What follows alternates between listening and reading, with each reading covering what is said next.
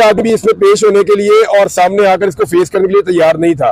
और anti corruption का हमला मेरे से बाकायदा माजरत कर रहा था बार बार कि खान साहब हम मजबूर हैं, हमें गवर्नमेंट ने मजबूर किया हुआ है, वरना हमें पता है कि आपका इससे कोई ताल्लुक नहीं है। मैं तो कभी किसी सरकारी अहदे में भी नहीं रहा। इमरान भाई ये बता दें, हुकूमत को क्या खतरा है अगर आप बाहर शिफ्ट हो जाते हैं या बाहर चले जाते हैं? ये तो हुकूमत लगा सकती है कि हुकूमत को क्या खतरा है। मुझे तो समझ नहीं आ रही कि मैं यहाँ पे भी इमरान रियाज हूँ और बाहर भी इमरान रियाज हूँ। पहले मैं कई दफा ट्रेवल कर चुका हूँ, इवन मुझे ऑफलोड किया गया और मैं दोबारा गया, फिर वापस आ गया, मुकदमा से वापस आया, फिर गया, फिर वापस आ गया। तो ये तो रूटीन है, आप ट्रेवल करते रहते हैं। ये जरा हज वाला मामला इसलिए थोड़ा हसास है कि मैं चाहता हूँ कि मैं जरा चला जाऊँ, टाइमली चला जाऊँ, हज कर दूँ। अच्छा, तो कोई इमरान रियाज साहब आज आप चीफ साहब के सामने पेश हुए तो क्या लग रहा है चीफ साहब की जो बॉडी लैंग्वेज थी या फिर जो कानूनी मामला था? देखिए, इस अदालत ने फैसला दिया था मेरे हक में और अदालत ने साफ कहा था कि इनको रवाना किया जाए और इनका नाम तमाम लिस्टों से निकाला जाए। उसके बावजूद मुझे नहीं जाने दिया गया।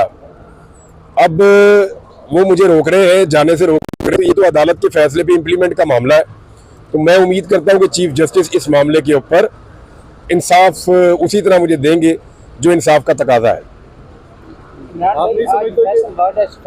अदालत में पेश हुए हैं, उनके साथ नून लीग के भी वो जो है इज़हार यकजहती के लिए आए हुए हैं, तो वो आज़ाद हैं। और फिर जो है वो नून लीग वाले और पीपल पार्टी वाले उनके साथ इज़हार यकजहती कर रहे हैं, क्या कहेंगे?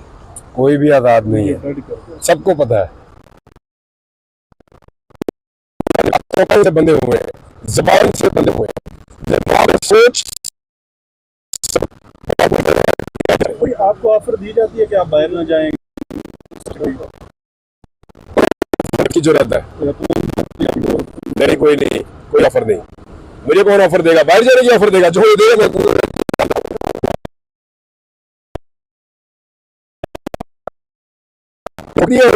ताकत अपने काम को इस्तेमाल करते हुए गलत तरीके से।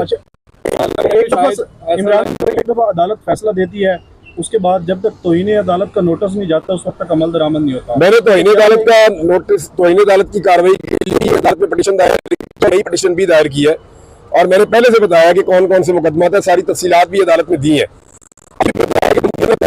अगर ये क्या कर सकते हैं और इन चीजों को देखकर मुझे लगता है अदालत एक ऐसा मजबूत फैसला दे जिसकी बुनियाद पे फिर हज के रास्ते में रुकावट ना डल सके।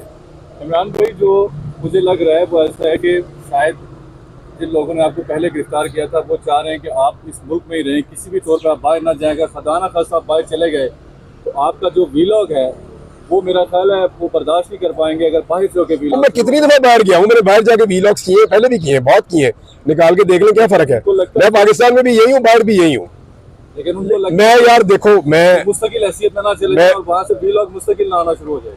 तो मुस्तकिल ही कर रहा हूँ, यहाँ पे भी कौन सा वक्फे के साथ कर रहा हूँ, रोजाना कोई वीलॉग करता हूँ। कुछ लोग कहते हैं कि बाहर जाके आदिल राजा बन जाएगा अगर बाहर चले गए तो। आपको लगता है? आदिल राजा की ट्रेनिंग किसने की है? किसने की है?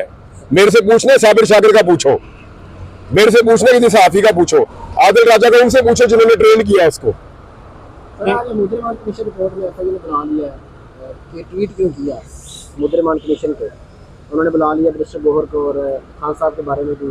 अच्छा, ये मामला हाईकोर्ट में आ गया मेरी इतला के मुताबिक और कियानी साहब की अदालत में शायद लग गया है, नोटिस भी हो गया था एफआईआर को। हाँ, एफआईआर का नोटिस भी हो गया है और शायद उन्होंने, जो उमर अयूब साहब है, उन्होंने एफआईआर से मुद्रेमान कमीशन की रिपोर्ट की कॉपी भी मांग ली है। देखिए, ये वो मैटर है जिसको पाकिस्तान की रियासत कभी भी नहीं चाहती थी कि इसके ऊपर डिस्कशन हो, लेकिन अब इमरान खान के चक्कर में इसको भी अंडर डिस्कशन लाया जा रहा है। तो अब ये चीज़ें खुलेंगी कि एक्चुअली मुद्रेमान कमीशन क्या है, उसकी रिपोर्ट क्या है, वो किस तरह लिखी गई, किन हालात में लिखी गई, लोगों ने क्या क्या कहा, क्या रिकमेंडेशंस थी, किस किस्म के हकायक थे, तो वो सारी चीज़ें सामने आएंगी। इमरान भाई, ये लोग थकते नहीं है इतना? पता नहीं हूँ मैं तो।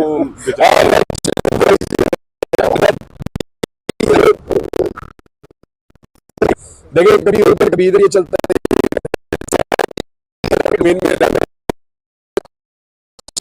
रात को आपने एक बच्चे के साथ इंटरव्यू भी दिया, आपने तो कहा कि मैं वहां जाकर सबके लिए दुआ भी करूंगा और तो अल्लाह ताला सबको वो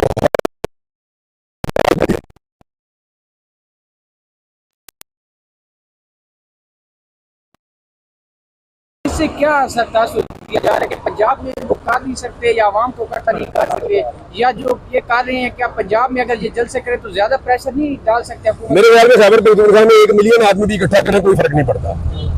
पंजाब में अगर 50,000 आदमी इकट्ठा करें तो उससे ज्यादा इम्पैक्ट है। तो ये पाकिस्तान तरीके इंसाफ के सोचने की बात है। इतनी पसली तो एक पॉलिटिकल पार्टी में होनी चाहिए। Thank you. इमरान भाई कह रहे हैं कि इमरान भाई के खिलाफ तो नहीं बोल रहा, शहबाज शरीफ भी बात कर रहे हैं, तो आपके ख्याल में बाबर साहब क्या सोच रहे हैं? शहबाज शरीफ भी साथ जाए मेरे? एक होता है नादान दोस्त, वो ज्यादा प्रॉब्लमेटिक होता है दाना दुश्मन से। अच्छा इमरान भाई, अगर मौलाना जलसा करे, सख्त बात करते हैं, उनको इजाज़त मिल जाती है, लेकिन पीटीआई को पंजाब और इस्लामाबाद में इजाज़त नहीं मिल रही है, क्या वजह? देखिए, मौलाना फजल रहमान जो है वो एंटी स्टेटस को नहीं है। तो जिस आदमी को आप कंट्रोल कर सकते हैं, जिस आदमी को आप खुश कर सकते हैं या उसको वापस राय रास्त पे ला सकते हैं या अपने तरीके से उसको मॉडिफाई कर सकते हैं, सिस्टम फिर उसके लिए थोड़ी सी गुंजाइश रखता है, और जो स्टेटस को का हिस्सा नहीं होता उसके लिए गुंजाइश कम होती है। इमरान भाई ये बताइएगा कि आपने कहा कि मैं अपने मुखालिफिन के लिए भी दुआ करूंगा, तो सबसे टॉप पे ऐसा कौन है जिसके लिए आप दिल से दुआ करेंगे अल्लाह उसको हिदायत दे? या वो मेरे और अल्लाह का मामला है कि मैं क्या दुआ करता हूँ, लेकिन एक बात गारंटीड है कि मैंने कभी आज तक अपनी जिंदगी में किसी को भी बददुआ नहीं दी, और वो मैं नहीं देने वाला। हिदायत की दुआ, लेकिन सबसे टॉप पे कौन है जिसके लिए हिदायत की दुआ करेंगे? सबके लिए, आपके लिए भी, मेरे लिए भी। अच्छा इमरान भाई, आखिरी सवाल बताइएगा कि जब आप वापस आए थे, आपने गुज़िश्ता रोज़ कहा कि जब मैं वापस आया तो मेरे चैनल की बोली लगाई गई, किसने बोली लगाई और कितनी बोली लगी आपके चैनल की? ये जो YouTube चैनल है, जी YouTube चैनल। नहीं वो मैंने फिर बात ही नहीं सुनी। सर आप किसने? मुझे पता था कि मैं बोलूंगा नहीं, मेरी टीम को लोगों ने राब्ता किया था। इमरान भाई पूरे पाकिस्तान से पीटीआई कारकुनान या मौलाना साहब के कारकुन जमा होते हैं, इस्लामाबाद डी चौक आते हैं, तो हुकूमत कितने दिन टिक सकेगी मौजूदा हुकूमत? देखे, मौजूदा हुकूमत के पीछे टेक हट जाए तो ये 15 दिन की हुकूमत है बस, मैक्सिमम। साइफर केस के बाद धुएं कुछ पंजाब से भी उठ रहे हैं, उसके बारे में कुछ समझ नहीं आ रही कि वो धुआं पंजाब से क्यों ज्यादा जो ना वो धुएं मार रहा है। देखें, साइफर केस कानूनी केस नहीं है, कभी आपको बताया था, वो नैरेटिव की लड़ाई है। वो लड़ाई या एक बयानिया इमरान खान का था, दूसरा बयानिया उसके मुखालिफिन का था। इमरान खान ने अपने उस बयानिए के साथ जिसके ऊपर कोई स्टैंप भी नहीं थी, सारी उसकी मुखालफत कर रहे थे। आपने देखे पाकिस्तान में किस तरह उस बयानिए को चलाया। अब इस मरतबा ये है कि साइफर केस में इमरान खान की बरीयत के साथ एक अदालत की मोहर लग गई है उस बयानिए पे। तो एक्चुअली पाकिस्तान तरीके इंसाफ का बयानिया जीता है। आने वाले दिनों में आपको नजर आएगा इसको इमरान खान कैसे इस्तेमाल करते हैं, क्योंकि पॉलिटिकल आदमी इतनी बड़ी चीज को कभी भी जाया नहीं होने देगा। अच्छा इमरान भाई, अभी आपने कहा कि हुकूमत 15 दिन भी टिक नहीं पाएगी अगर टेक हट जाए, तो टेक हटती हुई तो नजर नहीं आ रही है। तो क्या फिर पीटीआई के एहतजाज कर दिया, लॉन्ग मार्च का कोई फायदा नहीं होगा? नहीं तो नहीं, याद रखें, जो पॉलिटिकल स्ट्रगल होती है वो कभी भी रायगा नहीं होती, वो कहीं ना कहीं कुछ ना कुछ कर रही होती है। दूसरी बात यह है कि तमाम इदारों को और स्टेक होल्डर्स को सोचना पड़ेगा कि जिस हुकूमत को डिलीवर करने के लिए लाया गया था, मैं आपको सिर्फ खैबर पख्तूनख्वा की एक मिसाल दे देता हूँ, मैंने सुबह इस पर बात भी की है। उनके जो सबसे बड़े बड़े मेन प्रोजेक्ट थे पूरे सूबे के, उनमें से 91 प्रोजेक्ट जो आधे से ज्यादा हैं वो ख़त्म कर दिए वफाकी हुकूमत ने। ये तो मुल्क में तरक्की करने आए थे, ये तो मुल्क की मईशत को बेहतर करने आए थे। जो ऑलरेडी मनसूबे चल रहे थे, जो 70% तक कई मुकम्मल हो चुके हैं, उन मनसूबों को बंद कर दिया गया है। वजह यह है कि हमारी मईशत खराब है और पैसे नहीं है और IMF का दबाव है। तो ये चीज़ें आपको बता रही हैं कि पाकिस्तान नीचे जा रहा है। अगर इसी तरह चलाना है, जो बाकी रह गए हैं 77 या इसके करीब ही है, कुछ इससे कम है, 91 हो गए हैं, आधे से ज़्यादा खत्म हो गए हैं, बाकी जो आते रह गए वो भी खत्म हो जाएंगे फिर। थैंक यू जी। Thank you.